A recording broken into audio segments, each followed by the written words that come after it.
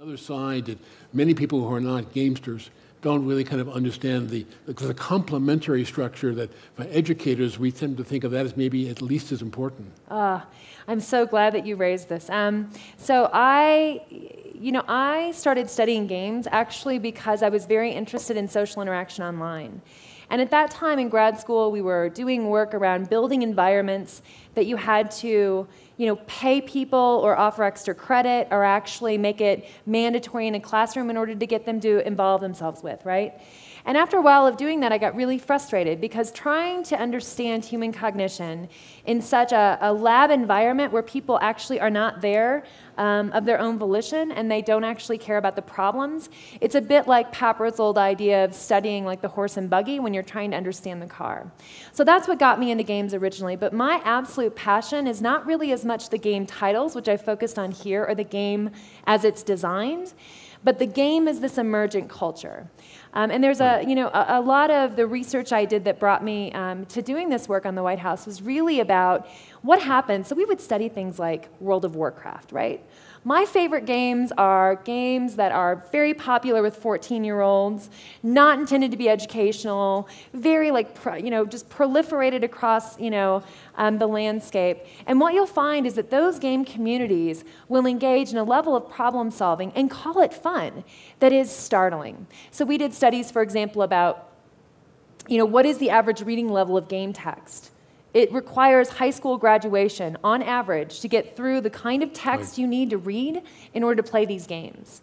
So that text is harder than a newspaper, harder than Newsweek, harder than our news magazines, right? And yet gamers do it all the time.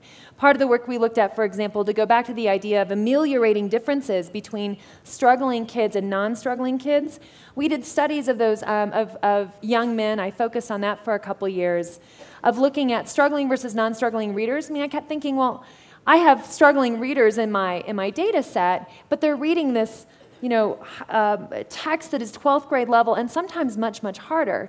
So we did some studies around that and actually showed that, that it wasn't even just the games. It turned out that when you allow that population to choose what they're reading about, their performance is, their comprehension is completely, it's perfect.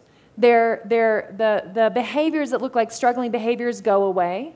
And we opened up the transcripts to find out why would that be the case? Maybe it's prior knowledge, right? Maybe they do better on those texts because they know more about that text. There was no correlation between prior knowledge and reading better. In fact, what it was that they encountered just as many problems in the text, and this is such a simple observation, but when they encountered the problems in a text they care about, they fix their own comprehension problems on the fly, making this almost perfect storm of an environment where you're reading college-level text, and yet you're actually solving your own comprehension problems on the fly, which is fairly amazing. So why does that work? Part of the reason that it works is that overwhelmingly,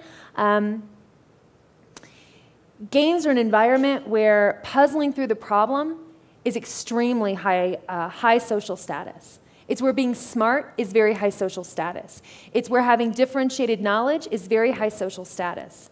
And so what happens is you create these communities around the games that do an incredible amount of intellectual work, and when they're done with the work, they will leave the game and go on to another game that's more challenging. Can you imagine if we had that kind of environment in classrooms?